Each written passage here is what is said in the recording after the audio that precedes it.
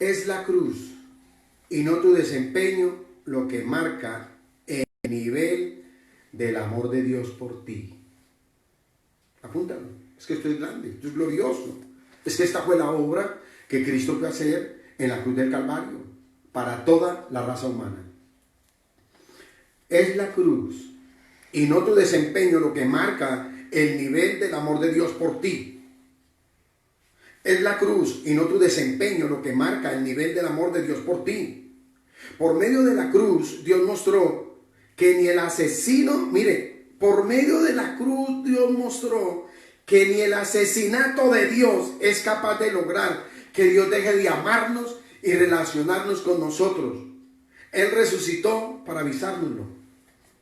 Impresionante, exageradamente glorioso y poderoso. Jesús, esto ténganlo ahí porque la cruz hizo la diferencia. Por favor, todos. Esta revelación quede marcada en sus corazones para siempre. Jesús no vino con espada en las manos. Él vino con clavos en las manos, con clavos en los pies. Él no vino a traer juicio. Él vino a sufrir juicio. Nada que nosotros entendamos que lo que está sucediendo y aconteciendo en el planeta Tierra, Dios no tiene nada que ver. Jesús no vino con espada en las manos, vino con clavos en las manos, con clavos en los pies. Él no vino a traer juicio, vino a sufrir juicio. Oh, Santo el Eterno. Cuando Jesucristo derramó su sangre en la cruz, no fue la sangre de un mártir, ojo, o la sangre de un hombre que dio su vida por otro. Fue la vida de Dios derramada para redimir al mundo. La cruz hizo la diferencia. El hijo de un carpintero habilidosamente convirtió su cruz en un puente sobre la muerte y trajo a la humanidad, y trajo a toda la humanidad a la morada de vida. La cruz hizo la diferencia. Si buscas y si buscamos la definición del amor, escuche bien, no la busques en un diccionario, sino en el Calvario. Cuando miramos a Jesús, el Dios encarnado, colgando sobre una cruz, sufriendo la vergüenza que era nuestra, estamos mirándole a Dios, ojo, en los ojos, quien nos dice: mírame a mí, no te voy a engañar, no te voy a manipular, no te voy a mentir, yo te amo. Dios es amor. La cruz hizo la diferencia. Yo te amo, porque de tal manera amó Dios al mundo, que entregó a su Hijo unigénito, para que todo aquel que en Él cree no se pierda, mas tenga vida eterna. La cruz hizo la diferencia. Si no podemos confiar en Jesús, no tenemos esperanza alguna de confiar en nadie o en nada, jamás. Estoy agradecido por un Dios que prefiera morir antes que vivir sin mí. La cruz no solo es una expiación legal, se trata de un amante apasionado que pone su vida para poder tenerte para siempre. Ante el hecho de la cruz, decidme, ¿no es un escándalo que tú y yo vivamos como vivimos? Con todo lo que hemos escuchado. Y esto no lo dije yo. Esto lo dijo el predicador, uno de los grandes predicadores, llamado el príncipe de los predicadores, Charles Spurgeon. Ante el hecho de la cruz, decidme, No es un escándalo que tú y yo vivamos como vivimos. Perdónenme, siendo yo el primero, pero nos falta mucho compromiso con la palabra, con la revelación, con el vivir plenamente a Jesús, con el vivir realmente esta palabra de libertad. Esto no es para tenerla, la palabra no es para tenerla religiosamente en un rincón, abierta en el Salmo 23, Jehová es mi pastor, o en el Salmo 91. No, no y no. Esta palabra es para tenerla no solamente en el corazón, sino para obedecerla, para vivirla, para poderla impartir. Nuestra antigua historia termina en la cruz. Nuestra nueva historia comienza con la resurrección. Escúchelo muy bien. Nuestra antigua historia, la historia de la ley, termina con la cruz. Nuestra nueva historia, la historia de la gracia, comienza con la resurrección. Santo el Señor. Eso está aquí revelado. Yo lo aprendí hace muchos años en un libro y con un escritor que mi pastor Henry, que está pastoreando en Nueva York, que lo amo con todo mi corazón.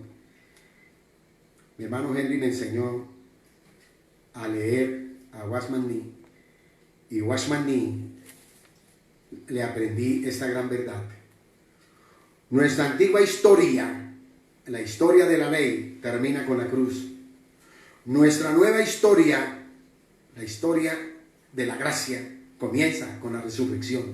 Por eso la iglesia tiene que vivir ya al Cristo resucitado, al Cristo de victoria, al Cristo de poder, al Cristo de la sabiduría, al Cristo de la paz, al Cristo del amor, al Cristo de la gracia, porque Él es la gracia. Cuando el ángel le dice a María, María, llena eres de gracia, le está diciendo, dentro de ti está el Salvador, dentro de ti está Jesucristo, Emmanuel, que traducido es Dios con nosotros. La gracia es Dios con nosotros. La gracia es la plenitud del Padre a través de su Hijo, fluyendo en nuestras vidas, Cristo viviendo su vida en nosotros. Por eso tú y yo debemos vivir una vida victoriosa, una vida de bendición, una vida plena. La culpa que nosotros no estemos viviendo una vida plena tampoco es de Dios.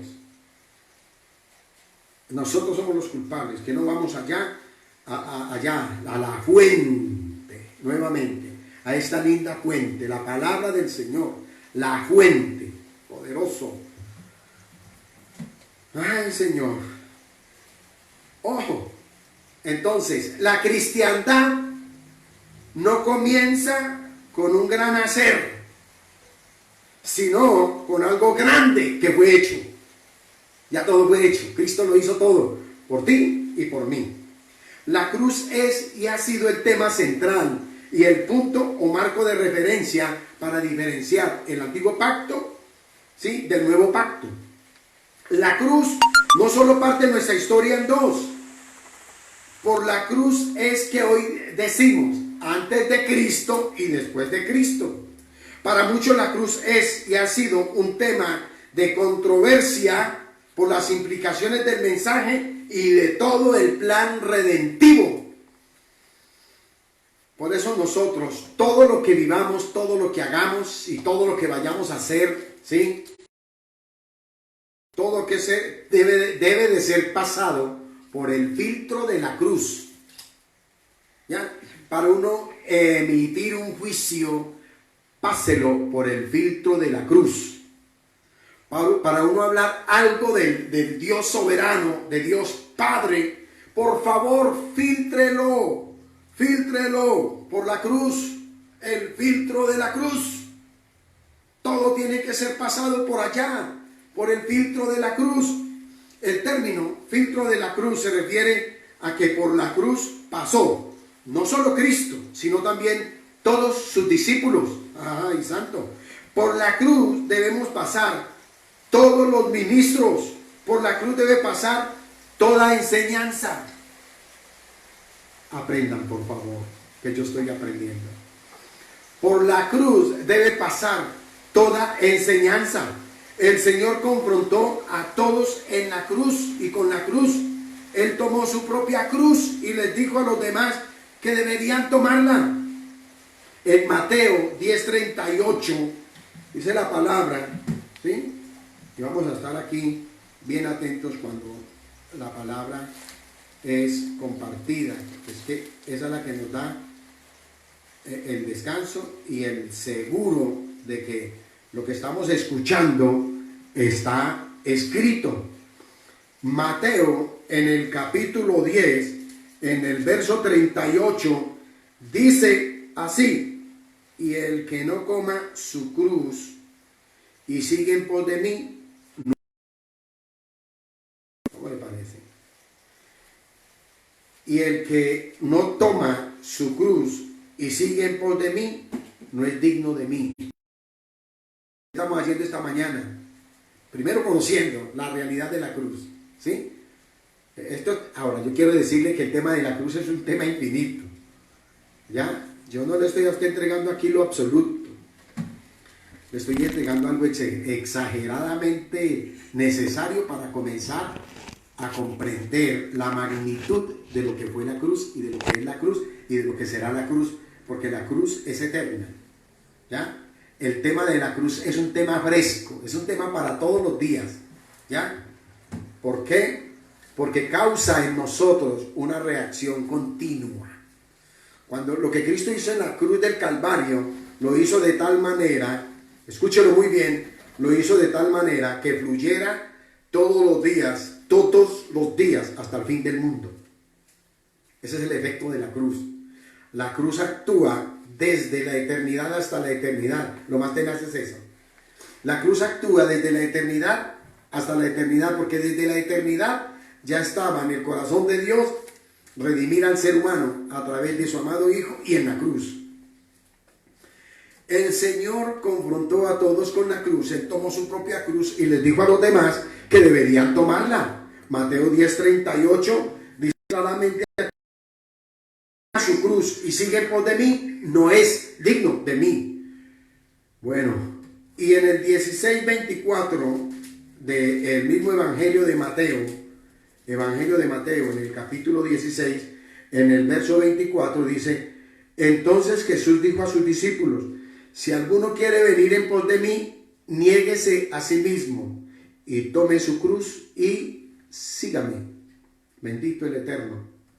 Bueno, para que apunten allá, ustedes que son estudiosos, Lucas 14:27 y Juan, Evangelio de Juan, en el Lucas 14:27 y Evangelio de Juan 19:17, en el Evangelio de Juan 19, verso 17, dice: y él, cargando su cruz, salió al lugar llamado de la Calavera, y en hebreo Gólgota. La cruz fue el tema central del apóstol Pablo. En Primera de Corintios, en el capítulo 2, verso 1 y 2, dice el apóstol Pablo: pues me propuse no saber entre vosotros cosa alguna, sino a Jesucristo y a este crucificado. ¿Se dan cuenta? A Jesucristo y a este crucificado. Tú y yo, lo único que podemos decir, o más bien debemos decir, es como dijo el apóstol Pablo. No solamente como dijo, como hizo el apóstol aquí. Pues me propuse no saber entre vosotros cosa alguna, sino a Jesucristo y a este crucificado. Santo. ¿Sabe qué? El apóstol Pablo, él mismo era un crucificado. Eso lo podemos ver nosotros en Gálatas. La mayoría de los creyentes se lo saben o se lo deben de saber. Con Cristo estoy juntamente crucificado, y ya no vive yo, ya no vivo yo, mas es Cristo el que vive en mí. Qué bueno que todos podamos decir con certeza esa gran verdad. Con Cristo estoy juntamente crucificado. Ya este Germán no vive. El que vive en él es Cristo Jesús. Qué bueno y qué maravilloso sería. La cruz, amados, es la medicina contra las divisiones ministeriales y doctrinales. ay Señor, en Primera de Corintios, en el capítulo 1, primera carta a los Corintios, en el capítulo 1, ¿sí? En el verso 17 dice, pues no me envió Cristo a bautizar, sino a predicar el evangelio, no con sabiduría de palabras, para que no se haga vana la cruz de Cristo, para que no se haga vana la cruz de Cristo. Cuando nosotros hacemos vana la cruz de Cristo, cuando no la obedecemos, cuando no le obedecemos a Él. 2, cuando vivimos en peleas, cuando vivimos en odios y rencores, ¿ya? Cuando no atendemos su palabra y hacemos vana la cruz de Cristo. Santo el Eterno. Muy bien, póngale cuidado a esta gran verdad. La cruz puso en jaque mate a la sabiduría de este mundo. Eso lo dice la palabra en Primera de Corintios, primera carta o epístola a los Corintios, en el capítulo 1, en el verso 18. Dice, porque la palabra de la cruz es locura a los que se pierden, pero a los que se salvan, esto es a nosotros, es poder de Dios. Pues está escrito, destruiré la sabiduría de los sabios y desecharé el entendimiento de los entendidos. Yo quiero preguntar en este momento, ¿dónde está la sabiduría de los sabios? ¿Dónde está, ojo, el entendimiento de los entendidos? ¿Dónde está el sabio? ¿Dónde está el escriba? ¿Dónde está el disputador de este siglo? ¿No ha enloquecido Dios la pues ya de Dios? El mundo no conoció a Dios mediante la sabiduría. Ojo, no conoció a Dios mediante la sabiduría. Agradó a Dios salvar a los creyentes por la locura de la predicación. Porque los judíos piden señales y los griegos buscan sabiduría. Pero nosotros predicamos a Cristo crucificado. Para los judíos ciertamente tropezadero, y para los gentiles locura. Y el verso 24 dice, mas para los llamados, así judíos como griegos, Cristo, poder de Dios y sabiduría de Dios. Definitivamente Él es el todo del hombre. Ojo, la cruz puso en jaque mate a los príncipes de este siglo. En Primera de Corintios, capítulo 2, en Primera de Corintios 2, verso 6, ¿sí? Primera de Corintios 2, verso 6, del 6 al 8, dice, sin embargo, hablamos sabiduría entre los que han alcanzado madurez, y sabiduría no de este siglo, ni de los príncipes de este siglo que perecen, mas hablamos sabiduría de Dios en misterio, la sabiduría oculta, la cual Dios predestinó, ojo, antes de los siglos para nuestra gloria. Iglesia, esta es, y este es el tiempo, y este es el momento, que es sobre todo nombre, la que ninguno de los príncipes de este siglo conoció, porque si la hubieran conocido, nunca habrían crucificado al Señor de gloria. La cruz puso en jaque mate a los príncipes de este siglo. El solo puesto sobre la cruz lo evidencia. Dice la palabra en el Evangelio de Lucas, póngale cuidado, en el Evangelio de Lucas, en el capítulo 23, en el verso 38, vaya ya a la palabra, vaya, escudriñen la palabra, que conoceréis la verdad y la verdad os hará libres. Allá en Lucas capítulo 23, en el verso 38, dice la palabra del Eterno así: había también sobre él un título escrito con letras griegas, latinas y hebreas: este es el Rey de los judíos. Santo el Eterno, hermano, póngale cuidado a esto tan grande, en el nombre poderoso de Jesús. Vuelvo a decirlo, había también sobre él un título escrito con letras griegas, latinas y hebreas: este es el Rey de los judíos. El solo título título puesto sobre la cruz lo evidencia. Juan 19:20, Evangelio.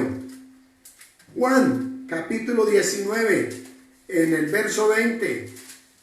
Mira esto tan maravilloso. En el verso 20 dice, y muchos de los judíos leyeron este título, porque el lugar donde Jesús fue crucificado estaba cerca de la ciudad, y el título estaba escrito en hebreo, en griego y en latín. Sobre la cruz clavaron los poderes de este sistema. El hebreo, poder de la religión.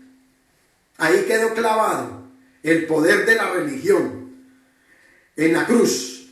En el griego, el poder del conocimiento, las filosofías humanas. Y en el latín, el poder político y la fuerza militar. Aleluya.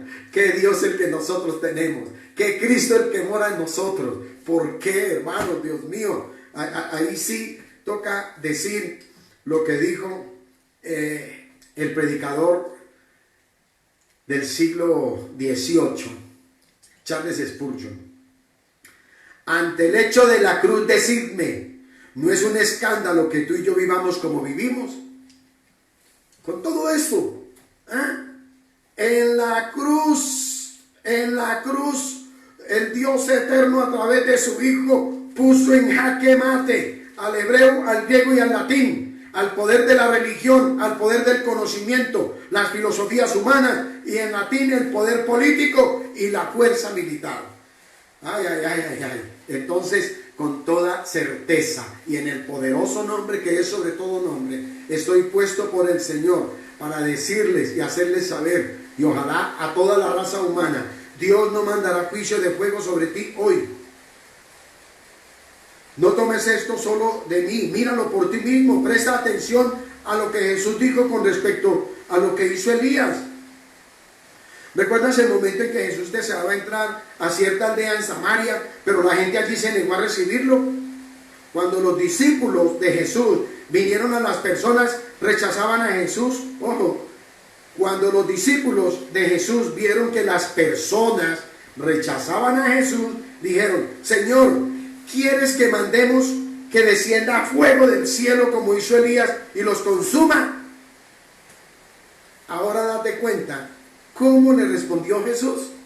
¿Acaso él dijo, esa es una gran idea, ustedes son verdaderamente discípulos conforme a mi corazón? No, claro que no. Lee tu Biblia. Entonces aprendió diciendo, vosotros no sabéis de qué espíritu sois, porque el Hijo del Hombre no ha venido para perder las almas de los hombres, sino para salvarlas. Amado, el espíritu de Jesús en el nuevo pacto de gracia no es el espíritu del antiguo pacto de la ley.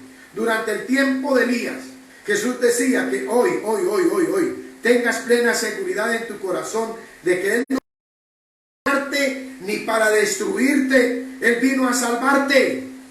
Él vino a salvarte. Evangelio de Juan, en el capítulo 3, en el verso 17, lo dice claramente. Evangelio de Juan, en el verso 3, verso 17, porque no envió Dios a su Hijo al mundo para condenar al mundo, sino para que el mundo sea salvo por Él. Claro, está clarito en la palabra. Amén. En el nombre que es sobre todo nombre, bendito sea el Señor. Por eso tú y yo debemos de ir a la palabra siempre. El diablo viene a matar, a robar, a matar y destruir. Pero Jesús vino para que tengas vida y la tengas en abundancia. Juan 10:10. Él desea que vivas una vida marcada por su amor, poder y bendiciones. Donde hay relaciones rotas, estas se restauran. Donde hay malos hábitos, estos se rompen. Donde hay desamor, llega el amor. Y donde hay desafíos, sales victorioso. Aleluya. Dios es un dador. Escúchalo muy bien. En el poderoso nombre que es sobre todo nombre. Dios es un dador, no un consumidor. Romanos 8:32 dice, el que no escatimó ni a su propio Hijo, sino que lo entregó por todos nosotros, ¿cómo no nos dará también con Él todas las cosas? Esto yo lo he predicado miles de veces, muchísimas veces, a todos ustedes. El que no escatimó ni a su propio Hijo, sino que lo entregó por todos nosotros, ¿cómo no nos dará también con Él todas las cosas? Algunos cristianos creen erróneamente que Dios da y también quita. En los funerales, esto lo hemos visto nosotros y lo hemos rezado. Perdóneme que lo diga de esa manera.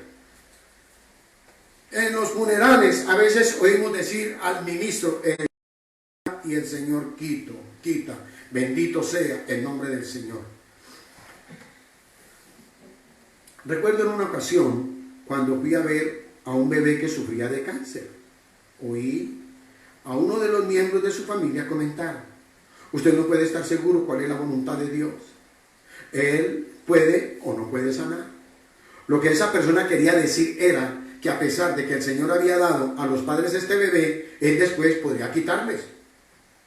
Job muestra esta misma actitud cuando recibió la noticia de que había perdido sus bienes y sus hijos, pensando que Dios era la fuente de sus problemas y no sabiendo que en realidad era Satanás que había venido contra él. Dijo: desnudo salí del vientre de mi madre y desnudo volveré allá. El Señor dio y el Señor quitó. Bendito sea el nombre del Señor. Job 1:21. Tal declaración parece honrar a Dios, pero en realidad revela una visión errónea de nuestro Padre Celestial. Como hijos de Dios sabemos que la voluntad del Padre para nosotros, mire, Él es, Dios mío, sabemos la voluntad del Padre para nosotros. Él es un dador, no un consumidor. Jesús dijo: no temáis, manada pequeña, porque a vuestro Padre le ha placido daros el reino. Lucas 12:32. Es el diablo quien es el ladrón. Él viene a robar, matar y destruir. Pero Jesús vino a darnos vida y vida en abundancia. Juan 10:10. Jesús satisfizo cada necesidad y sanó cada enfermedad traída ante Él, y en la cruz Él dio su propia vida. Ni una sola vez quitó nada a la gente que vive. Y la Biblia dice que todo aquel que ha visto a Jesús ha visto al Padre. Juan 14:9. Amado, vuestro Padre Celestial quiere que conozcamos hoy en día que Él es el que da todas las cosas buenas. Y si Él ya nos ha dado lo mejor del cielo, Él nos entregó lo mejor del cielo a su Hijo Jesús, ¿cómo no nos dará también con Él todas las cosas? Aquel que no escatimó en dar a su propio Hijo por nosotros, ¿cómo no nos dará también con Él todas las cosas? Cristianos, hijos de Dios, creyentes, temerosos del reino, agarrarnos de estas verdades y a soltar esta revelación. Honre su sacrificio. Jesús no fue a la cruz por Él o para Él. Fue a la cruz por ti y para ti. Jesús fue a la cruz por ti y para ti. Escúchalo bien. Cuando yo estoy soltando estas palabras, Espíritu Santo dice a mi espíritu que soltando estas palabras tú estás recibiendo liberación, libertad, sanidad, en el nombre que es sobre todo nombre. Honre su sacrificio. Jesús no fue a la cruz por Él o para Él.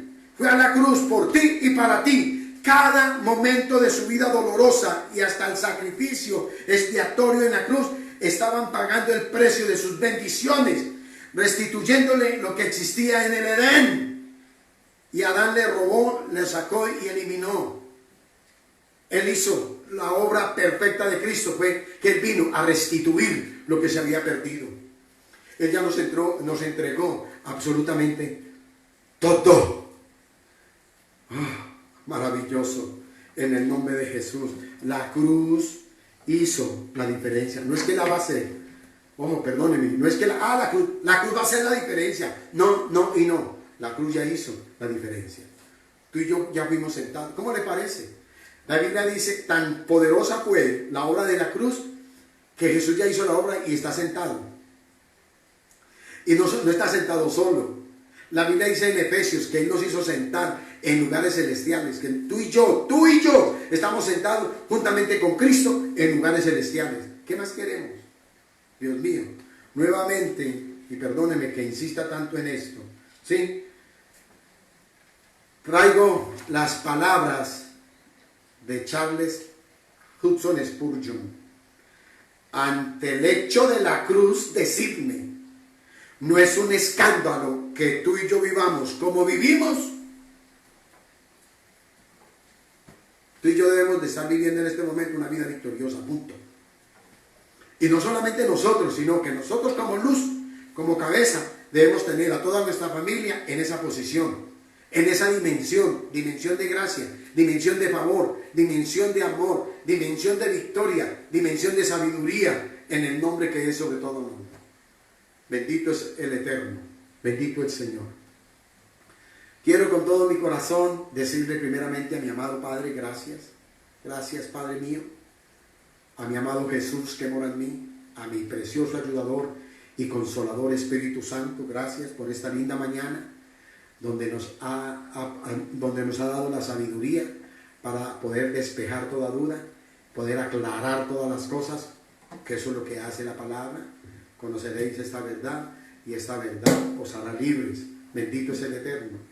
Enamorémonos verdaderamente de esta revelación y vivámosla, porque en este momento el mundo entero, eso es lo que espera, la manifestación gloriosa de los hijos de Dios. ¿Ya? Eso es lo que nosotros tenemos que soltar ya, vida y vida en abundancia. Si Él vino a traer vida, nosotros tenemos esa vida, pero el mundo está esperando que tú y yo impartamos esa vida. Y para impartir esa vida tenemos que tener el pleno conocimiento de todo lo que es la revelación del Padre. ¿Ven? Quiero orar, quiero ponerme de acuerdo con mi linda esposa que está aquí manejando todos estos equipos. Y quiero ponerme de acuerdo con ella para orar por ustedes. Amén. En el nombre poderoso de Jesús, amadísimo Padre. Gracias te doy en esta linda mañana. Amén. Por tu gran amor, por tu grande misericordia, Señor. Gracias que nos das este glorioso privilegio de poder, Señor, estar ante una cámara, Señor, para compartir las verdades eternas y hacer que toda la gente reciba esta libertad, esta vida plena en Cristo Jesús. Que la gente pueda comprender de que en realidad tú viniste, Señor, a traer vida y vida en abundancia. Yo bendigo cada hogar, desato bendición en el nombre que es sobre todo nombre.